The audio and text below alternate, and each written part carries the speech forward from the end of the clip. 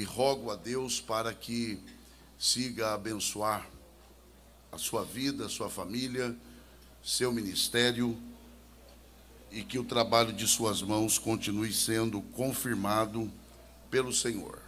Muito obrigado, senhor presidente, por me permitir estar aqui falando a boa parte dos ministros desta tão honrada convenção.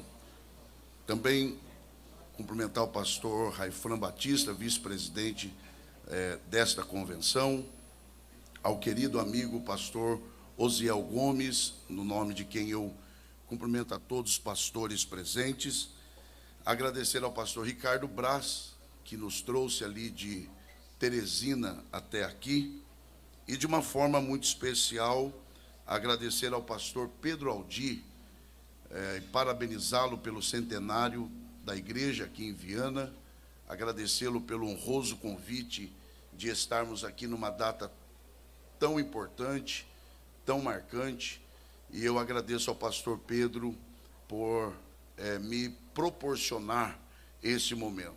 Que o Senhor continue a abençoá-lo, junto de sua linda e abençoada família, e o seu trabalho, que já tem sido confirmado pelo Senhor.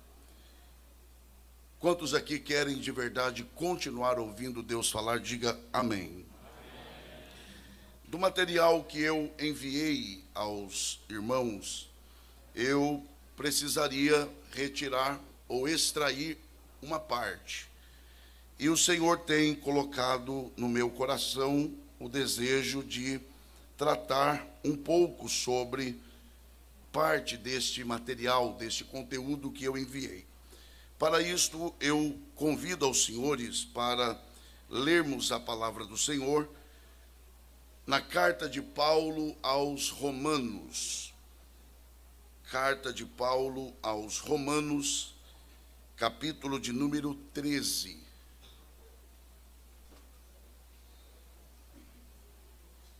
Romanos, capítulo 13. E nós leremos a partir do versículo de número 1. Obrigado. E terminaremos a leitura no versículo de número 7.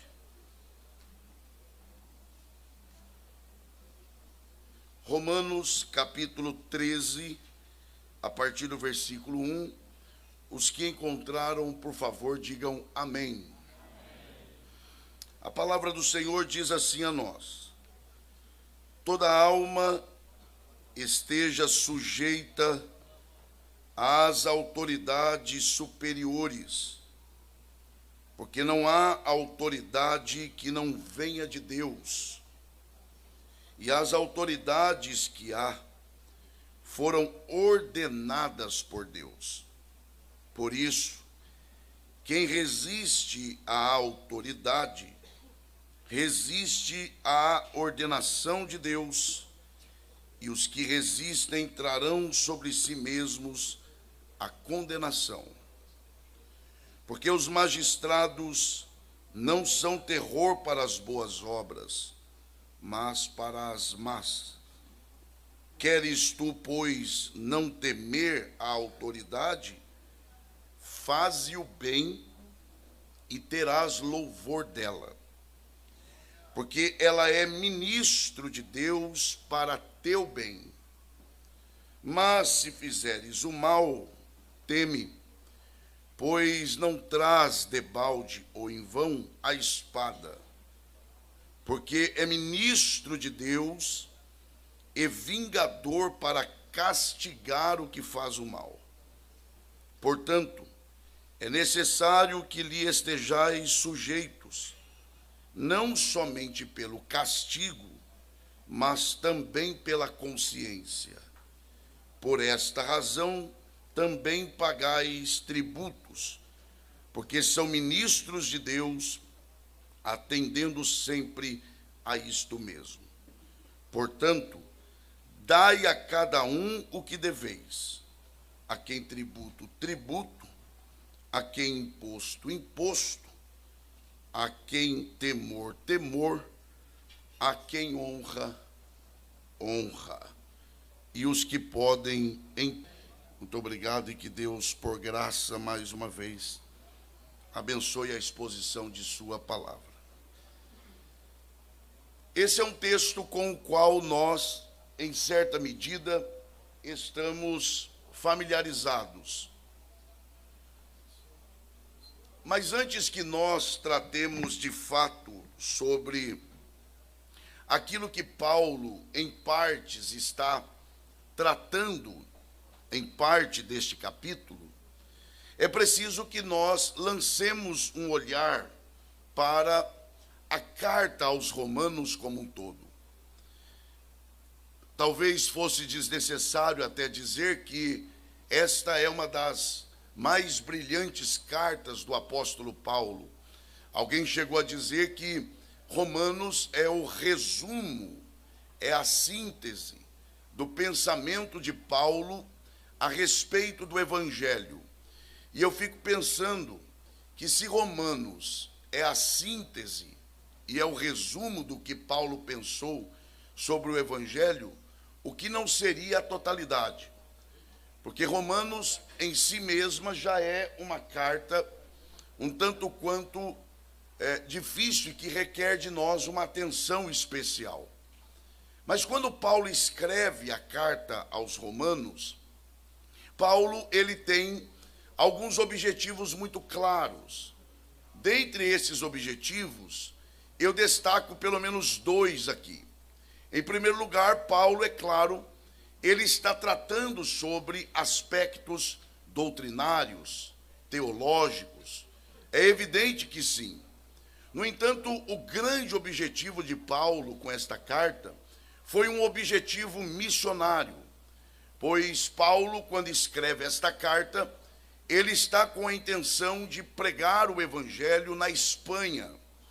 E eu considero indispensável mostrar as motivações de Paulo em querer pregar na Espanha. Paulo quer pregar na Espanha por pelo menos dois motivos. O primeiro, Paulo quer pregar na Espanha porque ele diz que lá ninguém tinha pregado ainda. E eu entendo que esta é uma lição para nós, porque hoje, quando você ouve algumas pessoas chegam a dizer que gostariam de pregar em um determinado local, porque lá grandes pregadores já pregaram. Paulo é exatamente o contrário. Paulo ele quer pregar onde ninguém pregou. Paulo diz, eu quero ir onde ninguém foi ainda. Então esse é o primeiro grande motivo de Paulo querer pregar na Espanha. Os que lá estão nunca ouviram falar do Evangelho. O segundo motivo é que Paulo diz que onde ele estava já não tinha mais para quem pregar. Ele já havia pregado para todos. E eu fico a pensar, sem televisão, sem rádio, sem internet, sem avião, sem tecnologia. E Paulo afirma que onde ele estava não havia mais para quem pregar. Então o que está imperando no coração de Paulo é um senso de justiça. Não é justo continuar pregando a quem já ouviu, enquanto há um povo que nunca ouviu. Então é aí que Paulo escreve esta carta, para mostrar a condição da humanidade diante de Deus e a necessidade de salvação.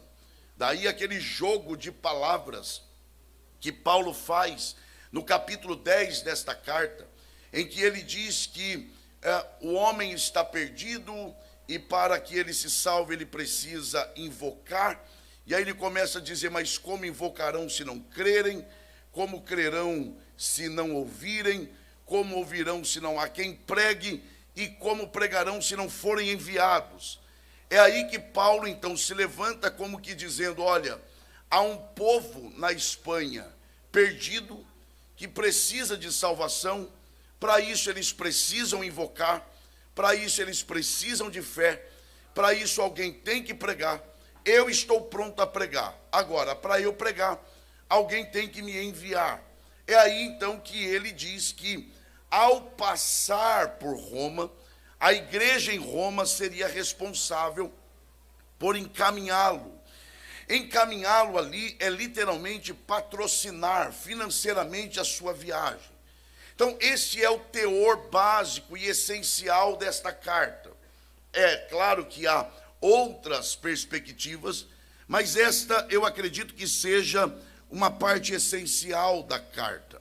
Agora, Paulo está escrevendo esta carta a uma igreja que está no centro do mundo da época. Roma, como os irmãos bem sabem, era a sede do império chamado Império Romano. E é do Império Romano, é de Roma que se sai, é de onde saem as afrontas, as maldades, as leis, as ordens que vinham contra os cristãos. E Paulo escreve a estes irmãos, dentre outros assuntos, ele escreve agora no que hoje é o capítulo 13, dizendo que os cristãos têm o dever de se submeter às autoridades constituídas. Dizer isso hoje não tem o mesmo peso que teve aos ouvidos e aos olhos dos nossos irmãos em Roma, pois era de Roma que partiam as ordens para prender, maltratar e até matar os nossos irmãos. E Paulo está dizendo que eles têm o dever de respeitar e se submeter às autoridades, inclusive as que os perseguiam. A grande questão, e nós vamos avançando aqui, a grande questão é de onde vem esta ideia, este princípio que, a meu ver, é pesado. A submissão a uma autoridade, mesmo àquelas que nos fazem o mal. É que por detrás do que Paulo está tratando, existe um outro princípio, que é o princípio da obediência. Se os senhores podem, por favor, respeitosamente eu peço, digam por favor, obediência.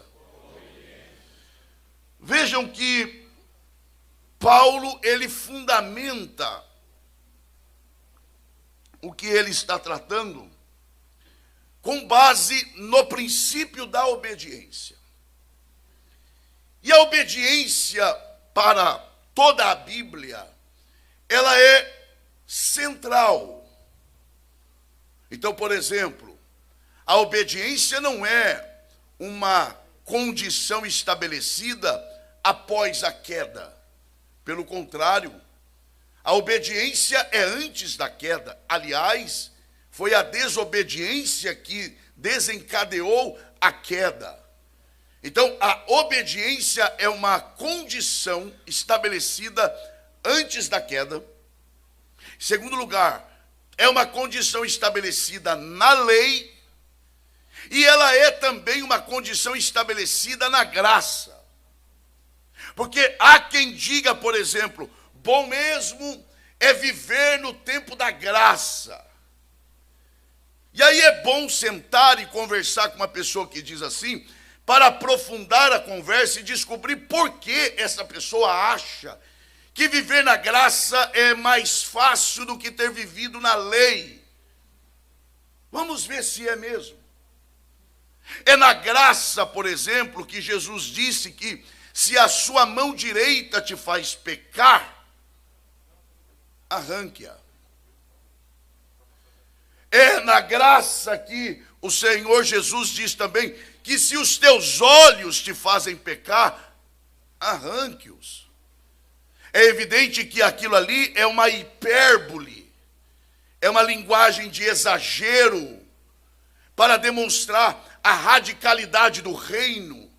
Mas ali está o conceito da seriedade. Não só isto, na lei, para ser considerado adúltero, tinha de ser pego no ato. Olhe bem para cá. Na graça, Jesus vem e diz: se olhar com os olhos, desejar com o coração, já adulterou. Aos atentos, será que viver na graça é mais leve do que ter vivido na lei? Será que a condição para uma relação saudável e verdadeira com Deus na graça é diferente da lei e de antes da queda? É claro que não. A condição continua sendo, diga por favor, obediência. Ora, lembra quando aquele jovem rico se aproximou de Jesus e se aproximou como alguns se aproximam? Ó bom mestre. E aí Jesus já dá uma chamada de atenção nele. E olha a pergunta, preste atenção aqui. Olha a pergunta absurda do jovem. O que eu tenho, olha como é absurda. O que eu tenho de fazer para herdar a vida eterna? Essa é uma pergunta absurda. Porque para ser herdeiro tem que ser o quê? Filho. E o que é que se faz para ser filho? Nada. O que você fez para ser filho? Ah, eu nasci. Não, mas até para nascer a gente precisou de ajuda. Até para chorar, alguns tiveram que apanhar para chorar.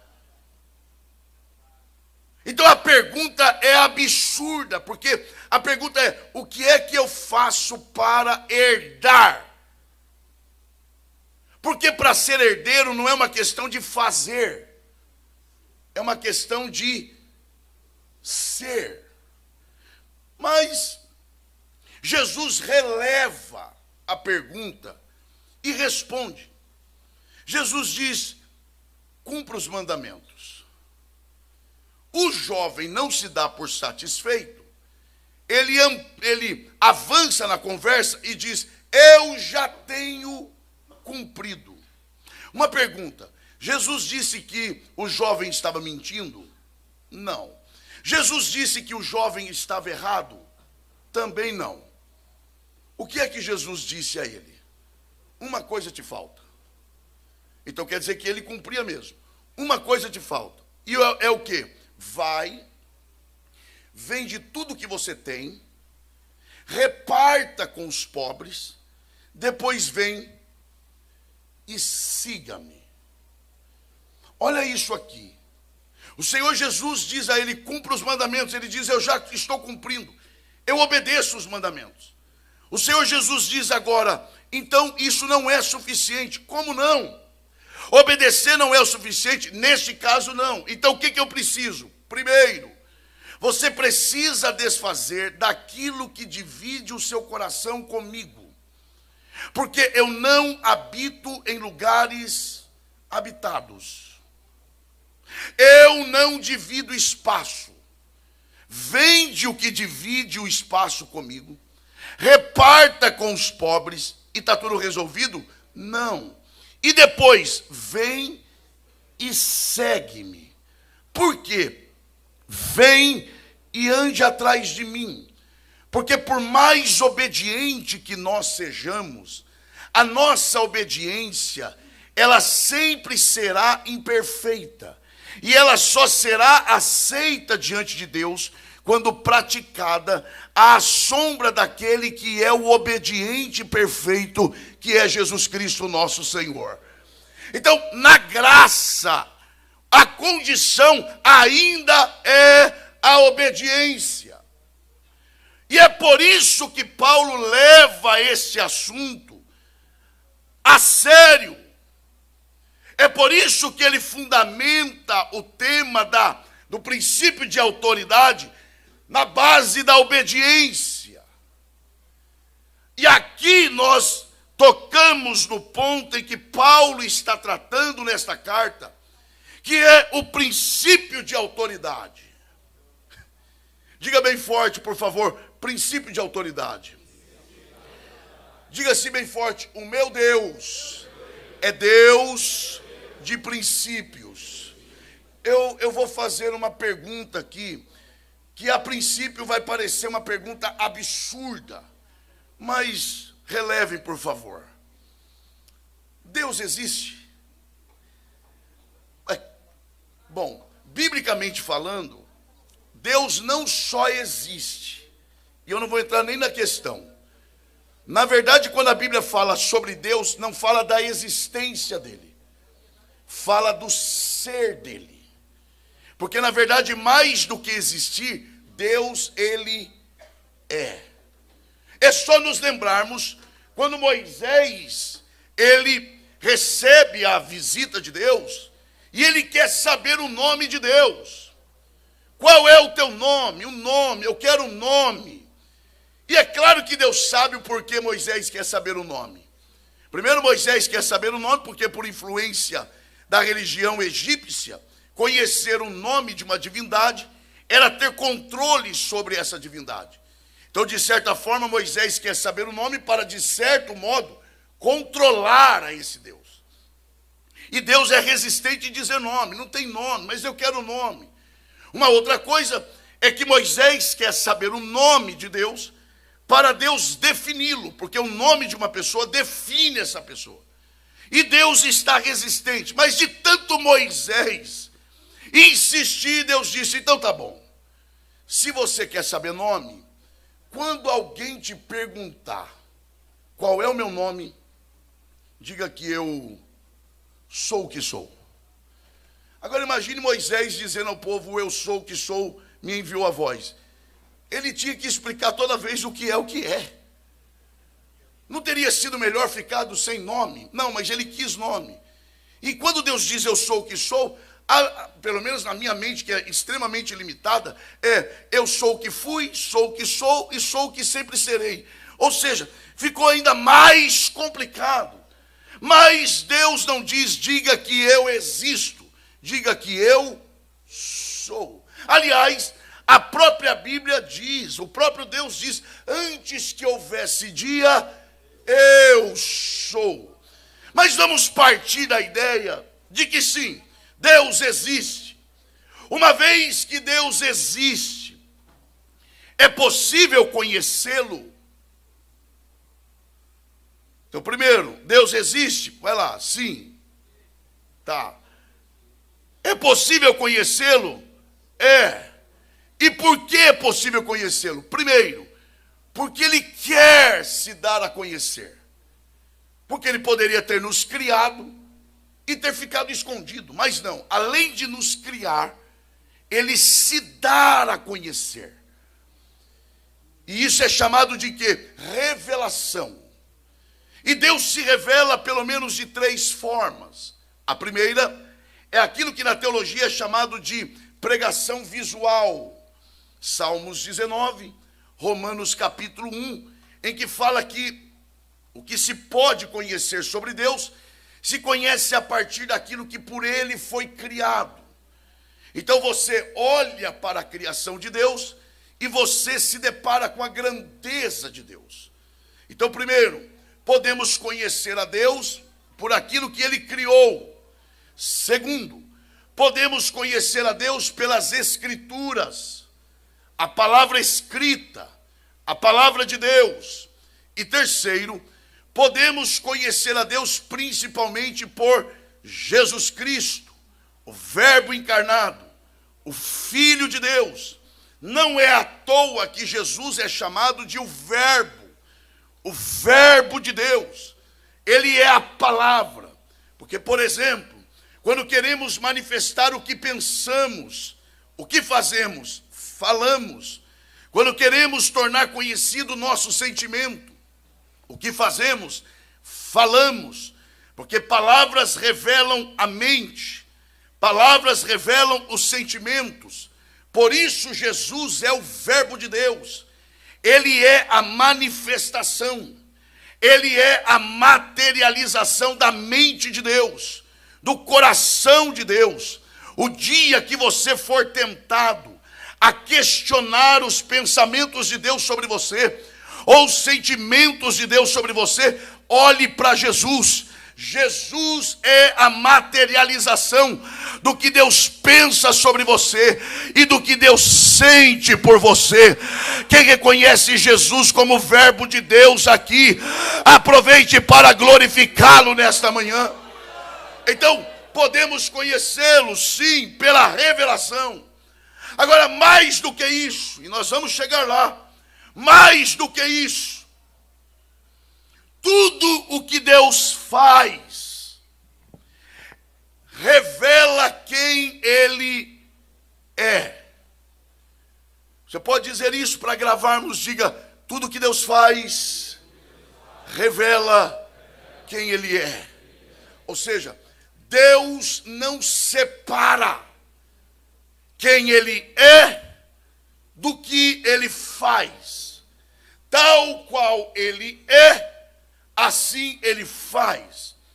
Tal qual Ele faz, assim Ele é.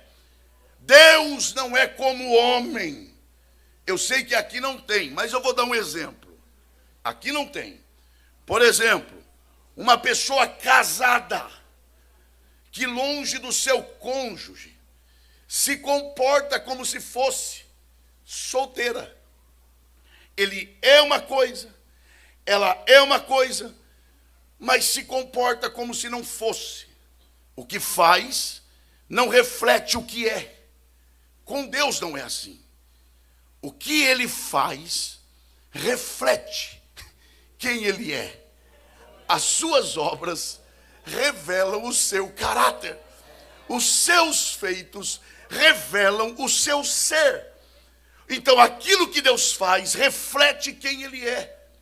Logo, Ele sendo um ser de princípios, os seus princípios também revelam o seu caráter.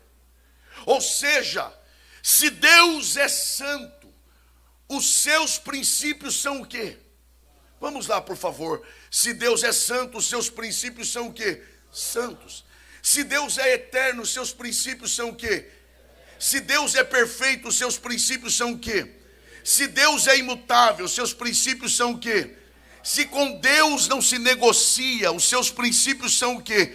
Inegociáveis. Isso. Porque os seus princípios refletem o seu caráter. Vamos lá. E aqui está um princípio, que é o princípio de autoridade. E aí é preciso dar um enfoque, porque princípio de autoridade você pode falar sobre vários aspectos.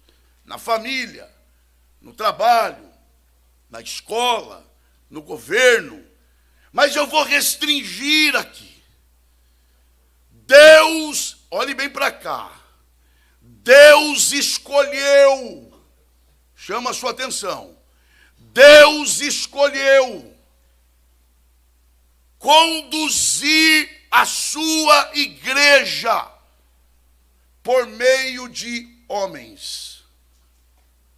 Goste ou não, aceite-se ou não, Deus optou por conduzir a sua igreja por meio de homens.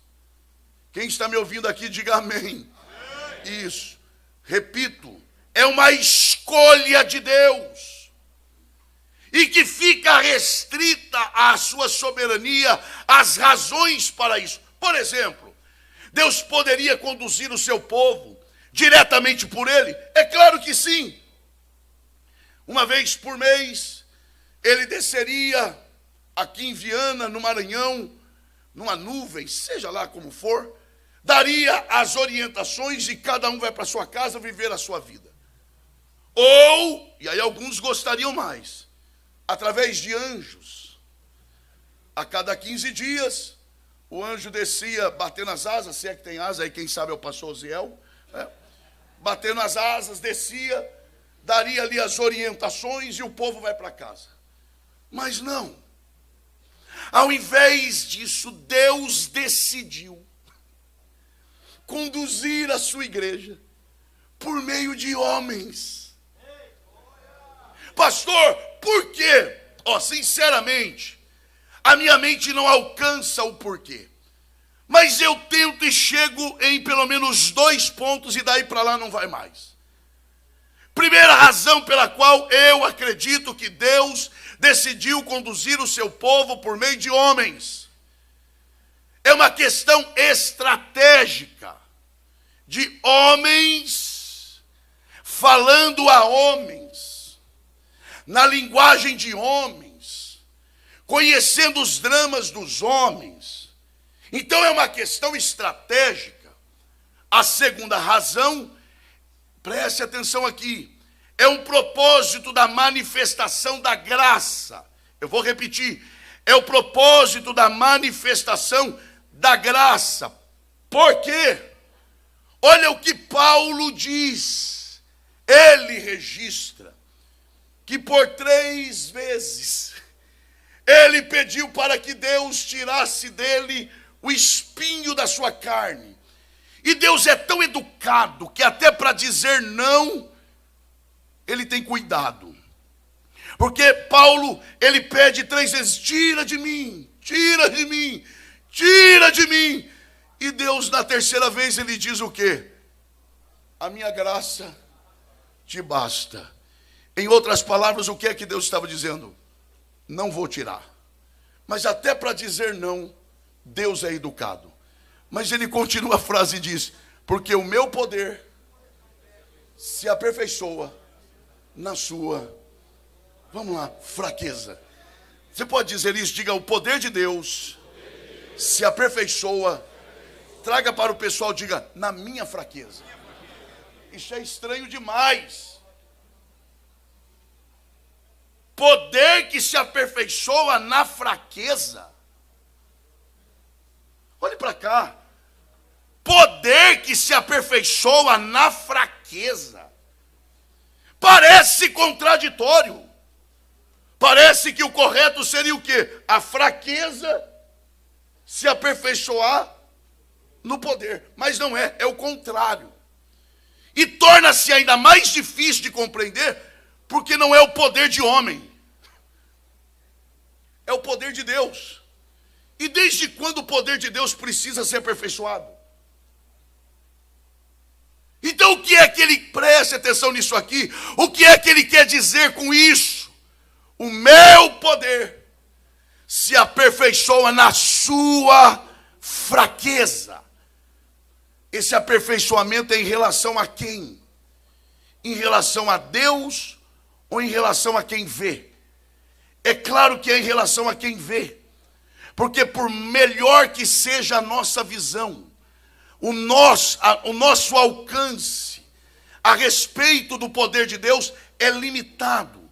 Mas à medida que eu vou percebendo que não obstante a fraqueza de alguém, todavia Deus vai usando esse alguém, a minha visão sobre a graça e o poder de Deus vai sendo ampliada.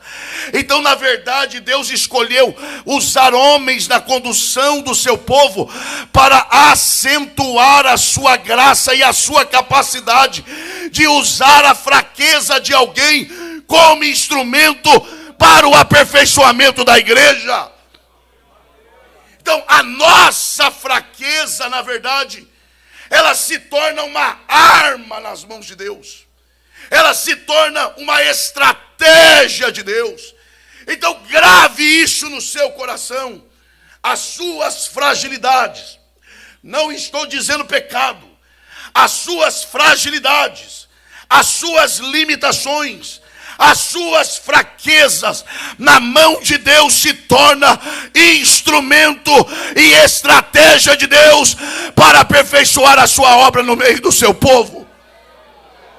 Deus escolheu conduzir o seu povo por meio de homens.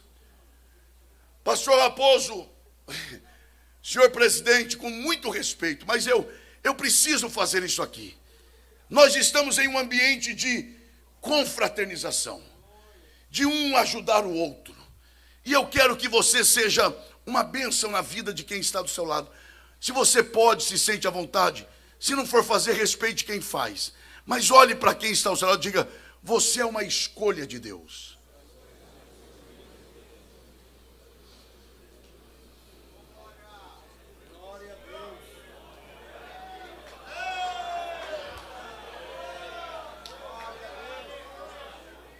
Agora vamos lá. E a estes que são a escolha de Deus, nestes que são a escolha de Deus, Deus investe autoridade. Diga, por favor, autoridade. A questão é: qual é a diferença entre poder e autoridade? Eu poderia falar aqui no conceito geral, que poder é imposição, autoridade é influência, mas não é o momento. Do ponto de vista bíblico, qual é a diferença entre poder e autoridade? Percebam que, ora, Jesus dizia aos discípulos: eu vos dou poder. Ora, ele dizia: eu vos dou autoridade. Qual é a diferença? Primeiro, sempre que o Senhor Jesus prometeu poder, esteve relacionado com o realizar grandes obras. O realizar obras sobrenaturais, milagres, prodígios, sinais, maravilhas. Então, o poder me parece que está ligado àquilo que Deus capacita o homem a fazer no nome dele. Isso é poder. Já a autoridade não está tão relacionado a fazer grandes obras, mas está relacionado a representar alguém. Por exemplo, quando Jesus diz: vocês vão em meu nome, vocês chegarão onde chegarão em meu nome.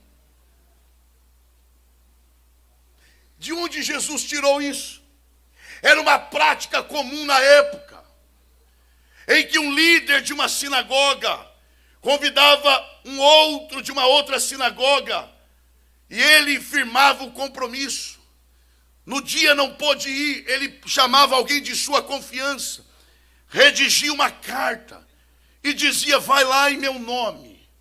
Quando ele chegava, então o líder da sinagoga lia a carta e dizia: quem é enviado pelo homem é como se fosse o próprio homem. Eu acho isso lindo.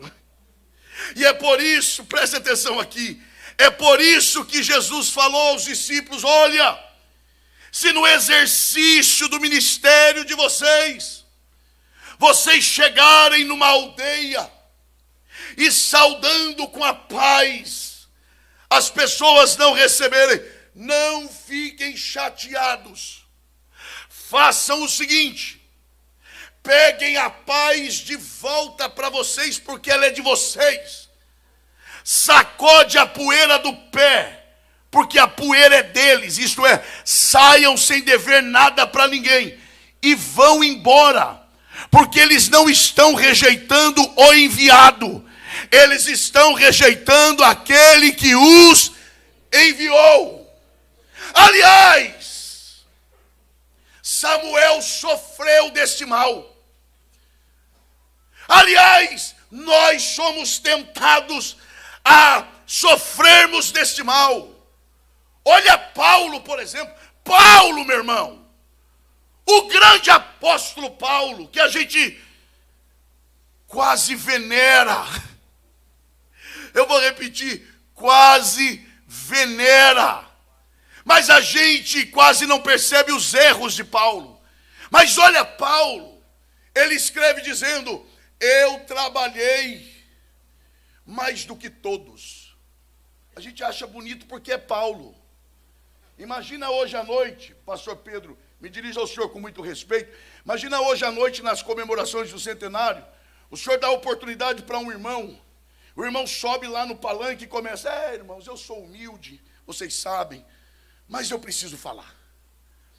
Eu sei que muitos trabalharam ao longo desses 100 anos, mas ninguém trabalhou mais do que eu aqui. Como é que você se sentiria? Pois é isso que Paulo escreveu. Eu trabalhei mais do que todos. E o Espírito Santo disse: vai ficar escrito. Ponto e vírgula.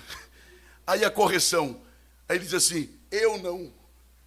Mas a graça de Deus operou através da minha vida. Porque às vezes a gente corre o risco de pensar que tem a ver com a gente, que somos nós. Olha Samuel, a síndrome de Samuel. O povo quer um rei e ele está chateado no canto, entristecido. Deus se apresenta e diz: o que foi que aconteceu? Ele diz: esse povo está me rejeitando. Deus diz: o que é? Rejeitando você? É sério que até hoje você pensou que esse povo te ouvia por sua causa? É sério que você achou que esse povo saía de casa para ouvir a palavra por sua causa? Ô Samuel, quem traz o povo sou eu, quem move no meio do povo sou eu. Esse povo não está rejeitando você, esse povo está rejeitando a mim. Porque isso é representatividade, é autoridade. Lembrem-se, por exemplo, de Paulo de novo, mas agora perseguindo a igreja. Ele sai com cartas para prender e maltratar irmãos. E no caminho de Damasco, ele com a ideia: estou perseguindo a igreja, estou perseguindo os cristãos. O dono da igreja se apresenta a ele. E Paulo pergunta: quem tu és? E o Senhor disse: eu sou Jesus, a quem tu persegues. Não, mas quem disse que eu estou perseguindo o Senhor? Eu estou perseguindo os cristãos. E Jesus é como quem diz assim: e quem diz que o que eles fazem no nome deles? Eles fazem no meu nome. E persegui-los é me perseguir, porque quem o enviou fui eu. Então a autoridade é isso. A autoridade é representar o céu na terra. Alegra o teu coração. Não depende de lugar, não importa o espaço, não importa a quantidade lá na congregação. Você é um representante de Deus naquele lugar. Oh, glória! Quem pode, levante a sua mão e agradeça ao Senhor nesta noite, nessa manhã. Agora vejam, diga bem forte para a gente gravar isso. Quem me ouve, diga amém. Repita bem forte para a gente fixar isso. Diga bem forte assim: o poder de Deus. Não, diga mais forte, diga: o poder de Deus o apresenta. Diga assim: e a autoridade o representa.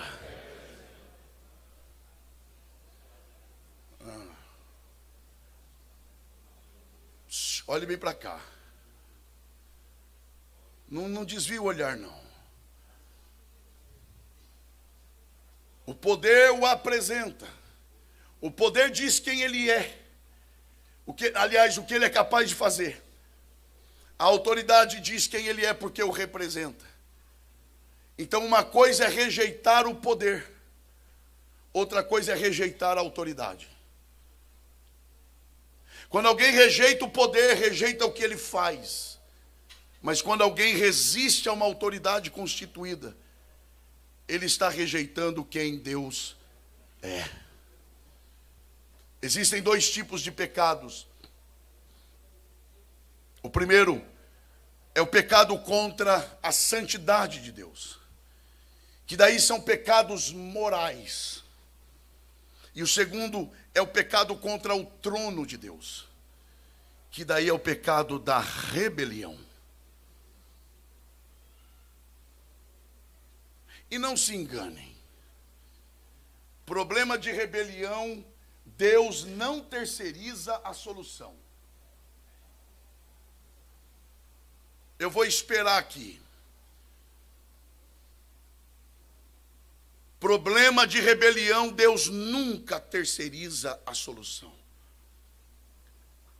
É só lembrar de Arão, Miriam e Moisés. O Arão e a Miriam, na ausência do Moisés, arrebentava com ele. Porque o rebelde, além de rebelde, é covarde. Só fala na ausência. O líder não está. Porque se fosse eu, estava pior.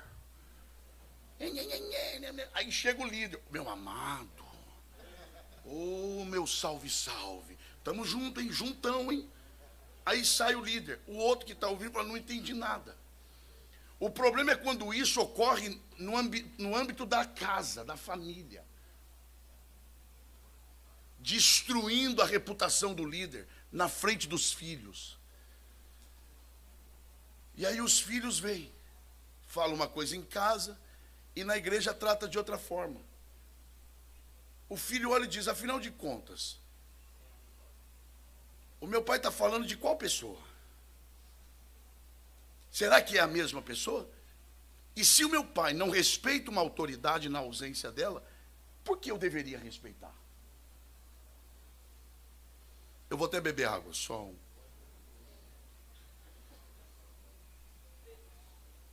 E está lá o Arão e a Miriam, arrebentando Moisés, e com base na lei. E a taça da ira de Deus só aumentando. Lá um dia Deus diz, chega, eu vou descer lá. Eu vou descer. Todos estavam nas tendas. Deus chega do lado de fora e diz, Moisés, Arão e Miriam, os três para fora. Eu fico imaginando Arão olhando para Miriam, fica em paz, a lei está do nosso lado. Aí Deus começa com Arão e Miriam. Aí, ó, já começou, é o dia da nossa honra. Vai lá. Ô Arão, é o seguinte, quando eu quero falar com você, eu mando o profeta. Agora, quando eu quero falar com ele, eu falo cara a cara. Deus não estava, preste atenção nisso aqui. Deus não estava não punindo o pecado de Moisés. Porque com Moisés depois Deus tratou. O que Deus estava dizendo a Arão é o seguinte, não entre numa área que não é tua. Vamos trazer para o popular? Fica na tua. Porque se você está questionando, é como se você dissesse que eu não sou capaz de resolver problemas daqueles que eu coloquei. Não tente entrar na área que não lhe pertence. Na mesma hora, Miriam fica leprosa. E sabe o que é pior do que a lepra de Miriam? É que o texto diz que por 7 dias o arraial de Israel não se moveu. Porque se tem uma coisa que trava a igreja, é a murmuração. 7 dias depois, quem é que teve que orar para Miriam? Chamam Arão para orar. E quem disse que rebelde tem autoridade para orar para cura? Chama Moisés. E Moisés não é um líder rancoroso, justiceiro, do tipo, agora está vindo? Não estava falando de mim? Não estava me arrebentando aí pelas costas, as pessoas? E agora quer que eu ore? Mas Moisés é um líder benevolente. Vem aqui. Você trabalhou contra mim, mas você ainda é minha irmã, eu vou orar por você. Moisés ora, ela é curada. E a melhor notícia, e o arraial de Israel voltou a caminhar, a avançar. Quantos desejam que isso ocorra também em nosso meio? Levante a sua mão e adore ao Senhor nesta manhã. Deus é quem trata problema de rebelião. Eu vou dizer isso aqui. E todo rebelde é insatisfeito. E toda insatisfação tem sua raiz na ingratidão. Eu me lembro, senhor presidente e membros da mesa dessa douta convenção, eu me lembro que em 2019, em janeiro de 2019, eu cheguei para trabalhar em São Paulo com os nossos pastores. E eu me lembro que, isso há 5 anos, no mês de maio, o pastor José Wellington, o pastor Elton Júnior me pediram para pregar no Congresso Geral de Mulheres da nossa igreja lá em São Paulo. E eu me senti feliz, né? Como estou feliz aqui hoje. E aí, trabalhando durante a semana, na semana do congresso, trabalhando lá na faculdade, chegou uma pessoa que não trabalha lá, mas passou por lá. E aí perguntou: ô, pastor Elias, você vai pregar aí no congresso das irmãs? Eu falei: vou. Que dia? Aí eu: sábado. Ele não se conteve. Que horário? Eu não sei que preocupação é essa com o horário. Eu falei: de manhã. Eu falei: ih, rapaz, é o pior horário. Aí eu parei. E ali eu tinha 2 opções: ser crente ou não crente. Naquele dia Deus me ajudou e eu fui crente. Eu olhei para ele e falei: rapaz, eu não merecia nem estar vivo. E estou vivo. Eu não merecia ser crente. Sou crente. Eu não merecia ser obreiro. Sou obreiro. Eu não merecia pregar. E prego. E ainda vou pregar na minha igreja. Meu irmão, eu estou no lucro. Eu não era nem para eu estar vivo e eu estou aqui. Ou seja, quando você reconhece que até o que você tem você não merecia, você não vai ser insatisfeito e você não será enquadrado na rebelião. Então olhe para aquilo que Deus já te entregou. Veja de onde Deus te tirou. Veja onde Deus te colocou. Olha onde você está aqui nesta manhã. Isso já é obra da graça de Deus. Quem reconhece essa verdade, adore ao Senhor. Sejamos gratos. Oh glória, oh glória, oh glória, oh glória. Que chorei mais, chorei mais.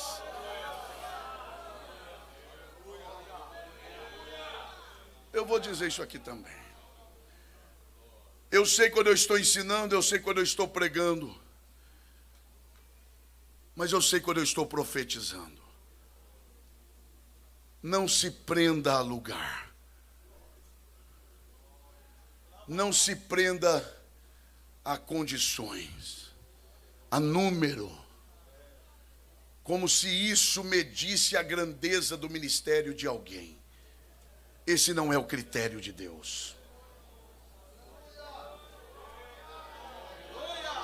Agradeça pelo que já está nas suas mãos.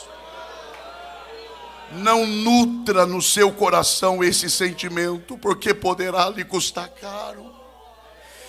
Diariamente diga: obrigado, Senhor, pela igreja que o Senhor me confiou. Porque 20, mas é teu. É 10, mas é tua igreja. É 1000, mas é tua igreja. É no lugar difícil, mas é a tua igreja. E eu não merecia nem fazer parte dela, mas eu estou representando o Senhor diante dela.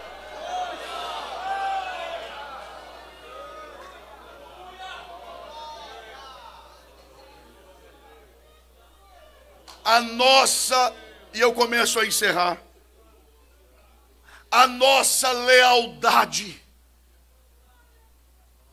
será colocada à prova. Eu preciso perguntar. Quem está me ouvindo, diga amém. a nossa lealdade será provada. Se você já não foi provado na sua lealdade, se você não estiver sendo provado, se prepare. Você será provado na sua lealdade. E não se engane. O leal não se revela nas ações. O leal ou o desleal, preste atenção aqui, se revelam nas reações. Não tem aquele ditado, quer conhecer o homem? Na verdade não é isso. Quer conhecer o homem? Tira o poder que você deu a ele, dele. Aí vai ver. Vai lá. Na prática do dia a dia da igreja. Meu irmão, Deus colocou no meu coração de te colocar para fazer isso aqui. Meu irmão, isso que é um homem de Deus. Eita, homem sensível. Homem espiritual. Deus falou que ia me honrar. Olha aí. Um ano depois, o mesmo pastor. E chega e diz, Deus falou para eu te tirar. Aí você vai ver. Olhe para cá. Deixa eu fazer uma pergunta direta. Não olhe para o lado não, olhe para cá. Uma pergunta direta. Se hoje nos tirasse a nossa posição eclesiástica, o que sobraria da nossa fé?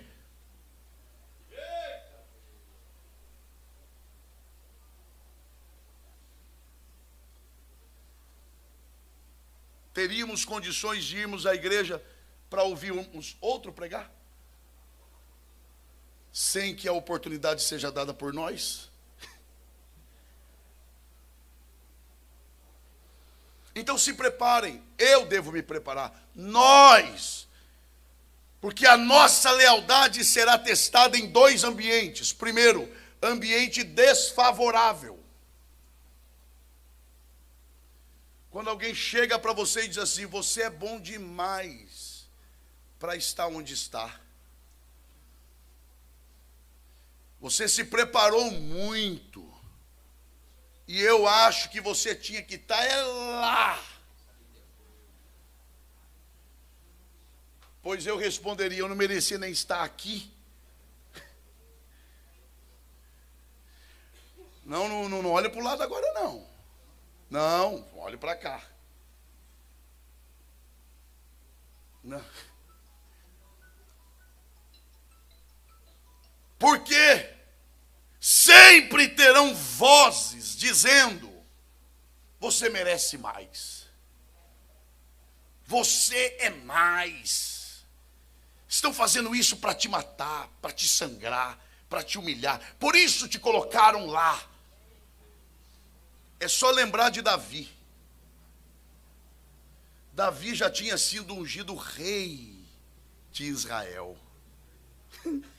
Tem gente que é consagrado a diácono, já muda até a voz.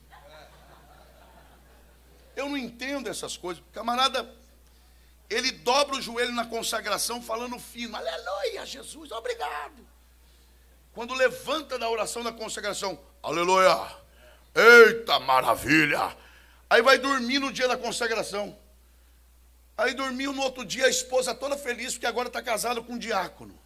Mal sabe ela que esse é o problema da vida dela.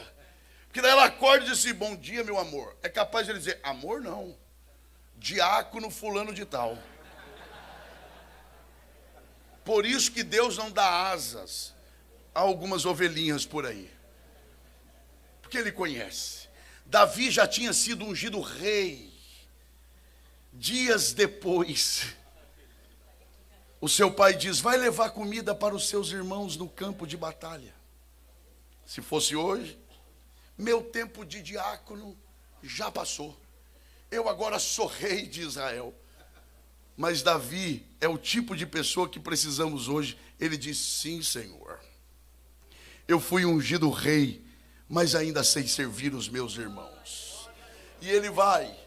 Imagina alguém perguntando: está indo aonde, Davi? Levar comida para os meus irmãos no campo de batalha. E Deus no céu dizendo: você que pensa. A comida é só o imã para eu te atrair para onde eu quero.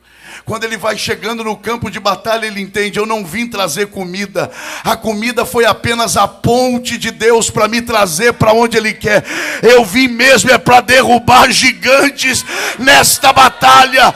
Creia, o que veio na sua mão não é para te matar. Fique no lugar que Deus te colocou, e no tempo certo ele colocará as coisas no seu devido lugar. E para encerrar, a nossa lealdade também será testada em ambientes favoráveis. Quando tudo está bem. Lembra da proposta de Deus para Moisés? Deus se aproxima de Moisés e diz: vou matar todo mundo. Como é que é, Senhor? É isso. Vou matar todo mundo. Mas todo mundo não é muito todo mundo, não. Todo mundo menos você. Se fosse hoje, Senhor, pudera, né? Graças a Deus. Sofri tanto com esse povo e ainda vou morrer com esse povo. Tem uns que ia mais adiante. Diria: vai matar mesmo, Senhor? Vou. Vai mesmo, vou. O povo é teu, o Senhor faz o que o Senhor quiser. Mas já que vai matar, sabe aquele irmãozinho que me causou a dor lá aquele dia no deserto? Sei. Mata devagar. Quem sabe se arrepende e não é salvo. Olha a proposta de Deus. Mato todo mundo, menos você. E em você eu levanto um novo povo. Tem gente que se vende por muito menos. Quanto é que está valendo a dignidade do nosso ministério? Lembra de João Batista? A menina dançou lá na frente do Herodes, o Herodes ficou todo animado. Aí falou: se pedir, eu dou até a metade do meu reino. A menina corre para a mãe e diz: até a metade do reino vai ser nossa, é a chance da nossa vida. Ela disse: eu quero a cabeça do profeta. A cabeça do profeta estava valendo mais do que a metade de um reino. Quanto é que custa o nosso nome? Quanto está valendo a dignidade da nossa história ministerial? Deus testa Moisés dizendo: eu vou esquecer de Abraão e você vai ser o novo Abraão. Olha o que Moisés faz. Senhor, lembra do teu servo Abraão. Abraão já tinha morrido. Mas lealdade não se revela na presença. Lealdade se revela na ausência. Lembra do teu servo Abraão. Lembra da promessa que tu fizesses a ele. E outra coisa, o que dirão a teu respeito? Que tu és um Deus que tira o povo do Egito para matar no deserto. Faz o seguinte, para que o Senhor não quebre a palavra que deu a Abraão, e para que a tua dignidade não seja manchada, faz assim: risca o meu nome do teu livro, mas não mata esse povo.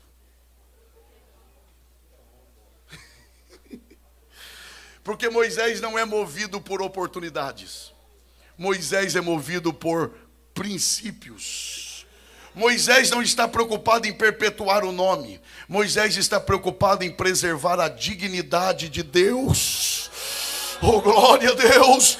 E Deus disse: não, Moisés, no meu livro eu riscarei quem pecar contra mim, mas hoje eu não destruo esse povo por tua causa. Deus conta com homens e mulheres leais. Quem deseja ser encontrado assim, levante a sua mão e dê o melhor glória a Deus que você já deu aqui hoje. Que Deus nos abençoe. Amém. Aleluia! Glória a Deus. Eu quero pedir que você fique de pé para nós adorarmos a Deus com o cantor Ronaldo.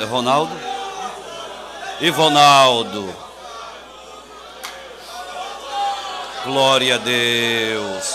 Adore, feche os seus olhos e adore, agradeça a Deus. Aleluia!